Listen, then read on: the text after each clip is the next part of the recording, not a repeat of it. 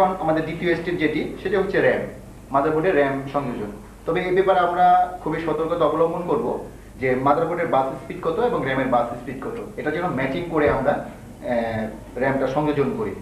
নতুবা আপনার র্যামটা burn guess হতে পারে, অথবা কম্পিউটার রানিংয়ের ক্ষেত্রে প্রবলেম হতে পারে।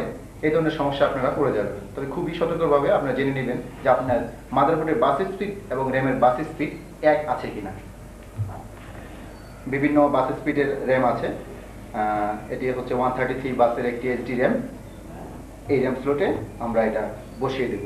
3টি র্যাম স্লট আছে, এখানে আমরা একটি র্যাম বসাচ্ছি। এটা হচ্ছে 256 একটি র্যাম। এখানে দেখা যাচ্ছে যে 2টি পিন কোড করা আছে, এখানে আমরা দেখতে পাচ্ছি।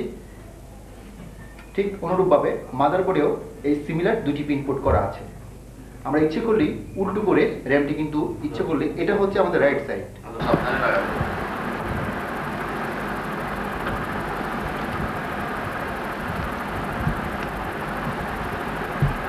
পুড়ে যেতেছে,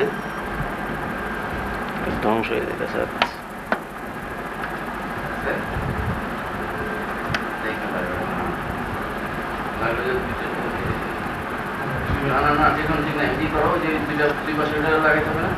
লাগছে তো।